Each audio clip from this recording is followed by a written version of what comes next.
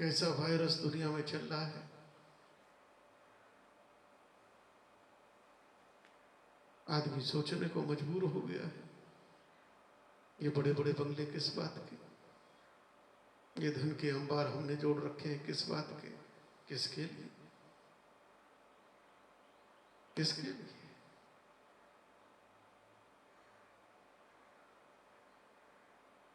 सोचने को मजबूर हो रहा है। कहीं ना कहीं जीवन में इसी से वैराग्य भी प्रकट हो जाता है, इसी से भी निराशा प्रकट हो जाती है, निराश हो जाता है। पर जब वास्तव में निराश होगा, क्योंकि जब तक संसार से, संसार के पदार्थों से निराश नहीं होगा, तब तक उदास भी नहीं होगा, वैराग्य भी नहीं होगा कि अरे जीवन निकल गया। बेकार की खोज करते करते, बेकार की खोज करते करते, और जीवन निकल नहीं गया। कितने जीवन निकल गए, कितने जन्मों से यही सब करते आ रहे हैं, यही सब करते आ रहे हैं, यही सब करते आ रहे हैं।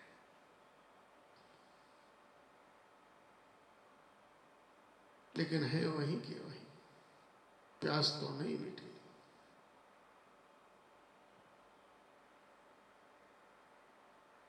क्योंकि अभी सच्चे अर्थों में वह प्यास पैदा ही नहीं हुई है।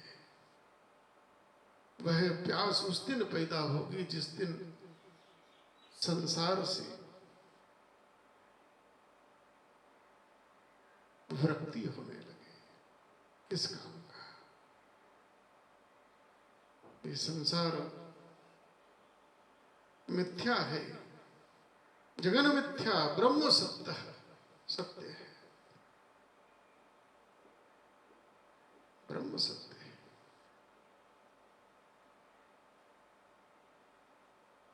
और जब यह स्थिति आती है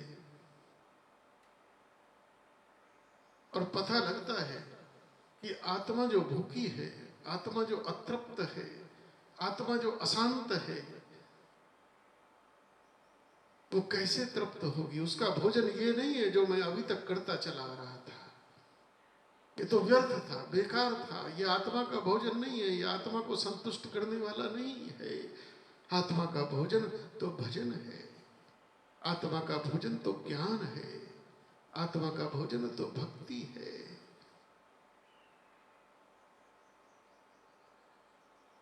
और तब कोई जीव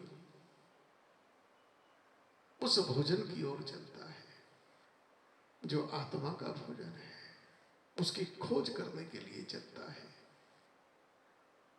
और जब उसकी खोज करने चलता है तब वह जिज्ञासु कहलाता है। जब उसको पता चल जाता है कि आत्मा का, वास्तव में आत्मा को कौन सा भोजन चाहिए, आत्मा को ये सुख, समृद्धि, वैभव, भोग, विलास, ये माया का संसार में नहीं चाहिए, ये व्यर्थ है। जब तक वह इसमें भोजन तलाश रहा है तब तक वह मूर्ख है, मूढ़ है, पशु है, अज्ञानी है। लेकिन जिस दिन वो जान जाए कि भोजन ये नहीं है, रास्ता ये नहीं है, रास्ता कोई और है, उस दिन वह जिज्ञासु कहलाता है। जब उसके जीवन में यह जिज्ञासा जग जाती है कि जब यह भोजन नहीं है तो आत्मा का वास्तविक भोजन क्या है। जब उसको जानने की, ये भौतिक सुख साधन नहीं, आत्मा का भोजन तो कुछ और है, ये जिज्ञासा जग जाती है, तब वह जिज्ञासु कहलाता है।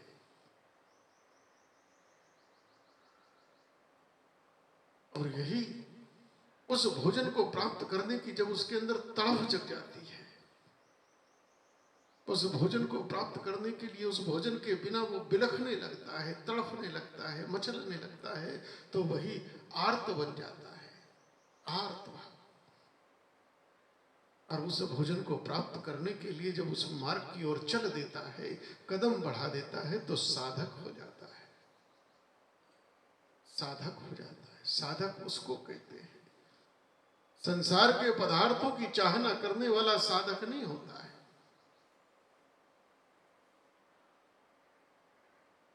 संसार के पदार्थों के लिए पुरुषार्थ करने वाला साधक नहीं कहलाता है। साधक वह है जो उस ज्ञान के प्रकाश की ओर चलता है। वो मिलेगा कहाँ, कैसे मिलेगा?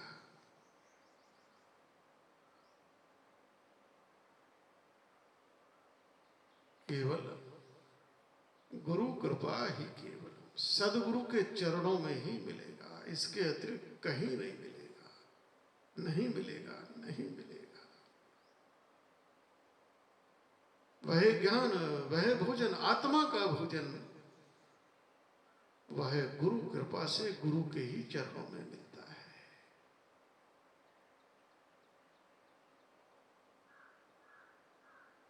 केवल एक ही ठिकाना है, इसके अतिरिक्त संसार में कहीं नहीं मिलेगा। मिले रे कोई ऐसा संत फकीर, पहुंचा दे भव दरिया के तीर। मिले रे कोई ऐसा संत फकीर।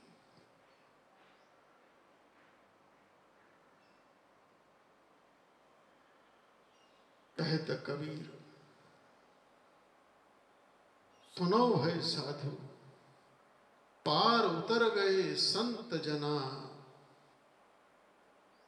तेरी बीती उमर हरि भजन बिना।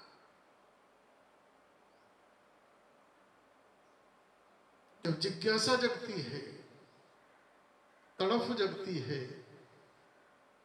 तो तब चलता है। इसलिए बड़े बड़े राजा, बड़े बड़े महाराजा जो भौतिकता के शिखर पर पहुंचे और देखा कुछ नहीं है, कुछ नहीं है, कुछ नहीं है, व्यर्थ गंवाया, तब उस भौतिकता के चोले को उतार कर फेंक कर तब वो वैरागी हुए। बड़े बड़े सम्राट वैरागी हुए हैं, बड़े बड़े सम्राट। और जब तक सम्राट थे राजा कहलाए, लेकिन जैसे ही उस चोले को उतारा है, वैराग्य धारण किया, तो महाराजा कहलाए। अब महाराजा हो गए।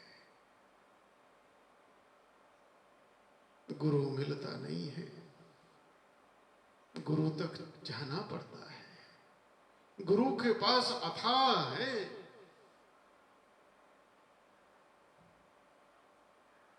किसी पर भगवत कृपा हो जाए अलग बात है, लेकिन मैंने कहा था सदगुरु का मिलना पुण्य पुंज बिनु मिले ही न संता। चल कर जाना पड़ता है, खोजना पड़ता है। कौन गुरु है? पानी पियो छान के, गुरु करियो जान के। क्योंकि बहुत धोखा है, बहुत धोखा है। तुम जिस क्षण सत्य की ओर चलोगे, जिस क्षण परमात्मा की ओर चलोगे, जिस दिन माया से विमुख होकर चलोगे, माया और बुरी तरह से जकड़ेगी आप। माया और बुरी तरह से, ये मेरा अनादर करके कहां जाता है, इसकी इतनी हिम्मत, पग पग पर इतनी कठिनाइयां पैदा कर देगी, इतने आकर्षण पैदा कर देगी।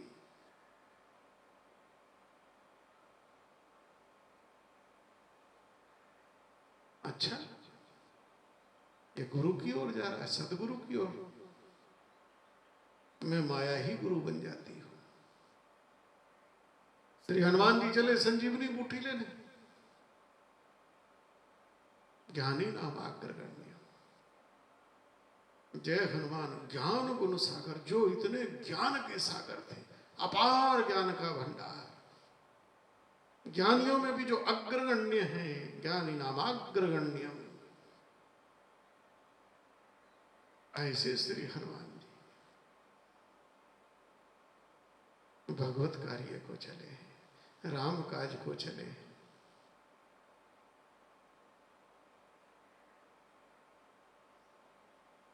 बड़ी विडंबना, बड़ी विडंबना।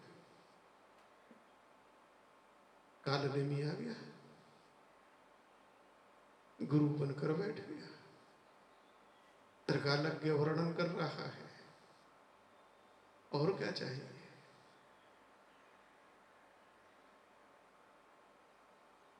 हनुमान जी फंस गए, हनुमान जी फंस गए।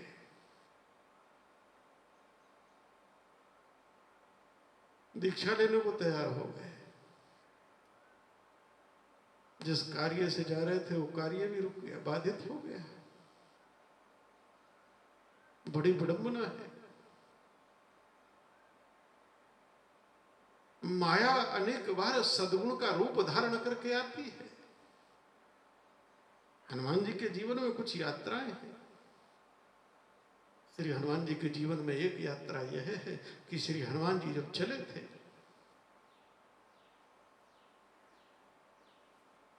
तो चलते समय श्री हनुमान जी महाराज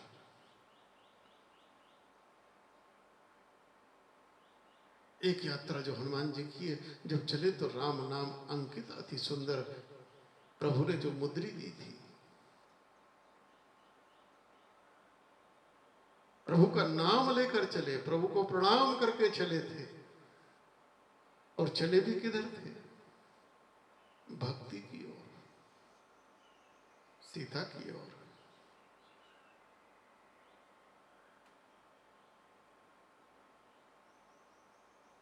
जीवन में प्रभु का नाम था, प्रभु के नाम रूपी मुद्री हाथ में है, मुख में है, प्रभु का नाम मुख में है और गति भक्ति की ओर है।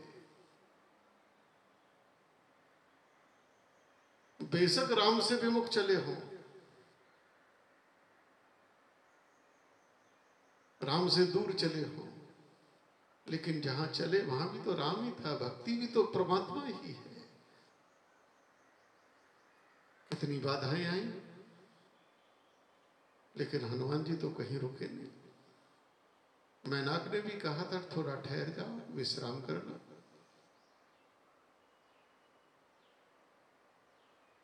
बड़ी लंबी यात्रा है और हनुमान जी को कोई जल्दबाजी भी नहीं थी,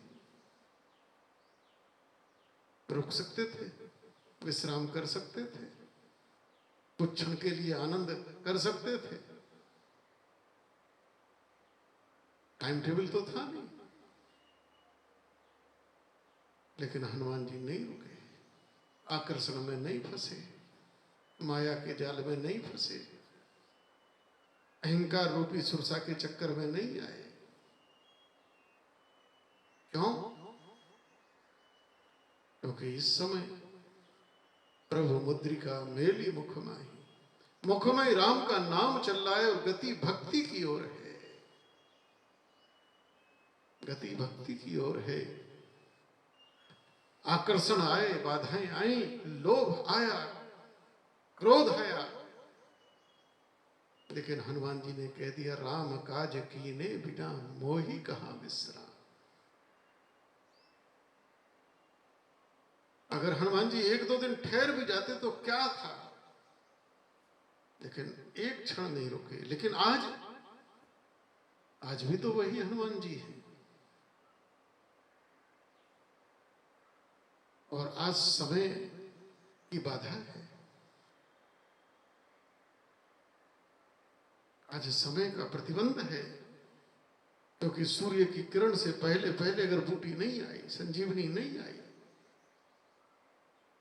समय की आज मर्यादा है। उसमें भी मध्य रात्रि हो चुकी है,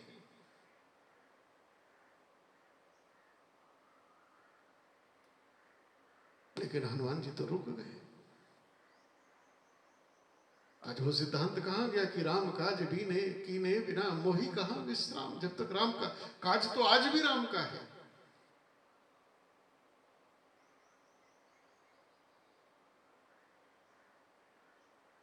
लेकिन आज रुक गए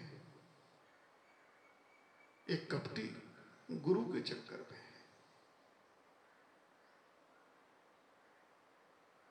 जब हनुमान जैसा ज्ञानी नाम अग्रगण्य संसार में भटक सकता है। भटक गए, रुक गए, ठहर गए,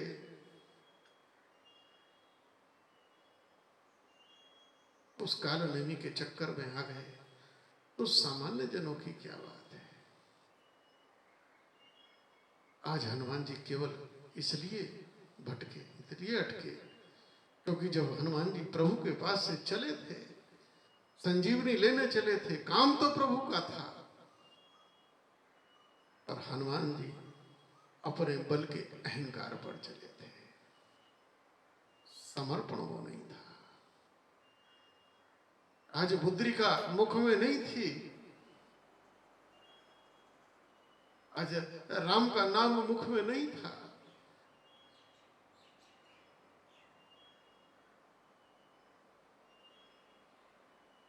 आज निज बल का अभिमान। अगर मुख में राम का नाम होता तो फिर ये कान बाहर के राम नाम को क्यों सुनते, जब अंदर राम का नाम है। जब अंदर राम राम चल रहा होता तो बाहर का राम राम कैसे घुसता, उस माया का राम कैसे घुसता, जब अंदर ज्ञान का राम चल रहा हो, यथार्थ का राम चल रहा हो।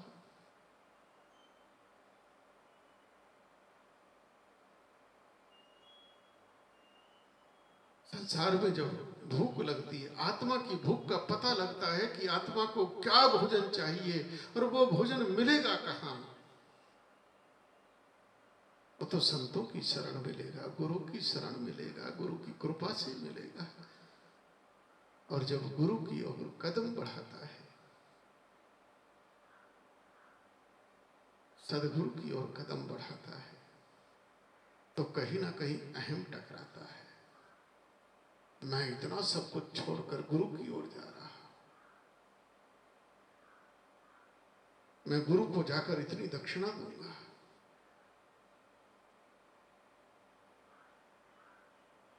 गुरु भी मेरे जैसा शिष्य पाकर धन्य हो उठे। और हो रहा है, यही हो रहा है, गलत नहीं हो रहा है। तब जीवन में गुरु नहीं मिलता, कोई ना कोई कालनेमी ही मिलता है, कालनेमी ही मिलता है। तो मैं एक खाई से निकलकर दूसरी खाई में गिर जाते हो।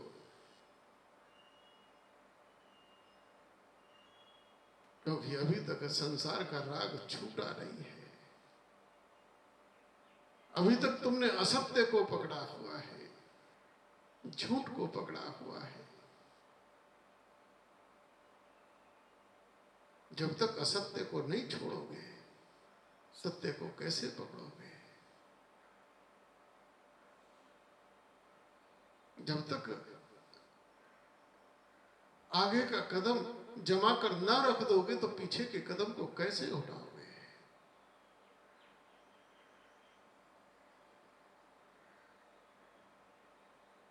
गति आगे कैसे बढ़ेगी। आगे तो तभी बढ़ोगे जब पीछे के कदम को उठाओगे, हटा दोगे।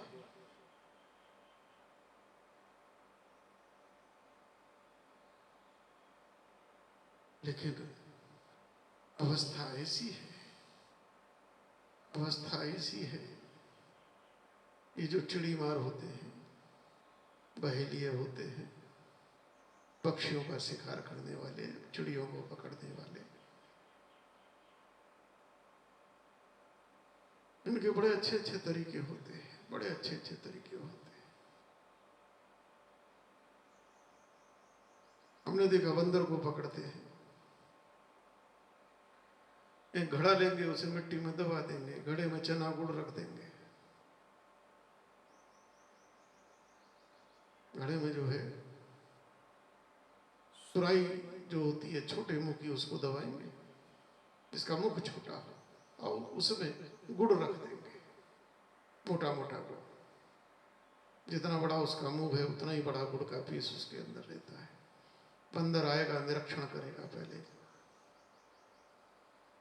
चारों तरफ देखेगा, झांक के देखेगा,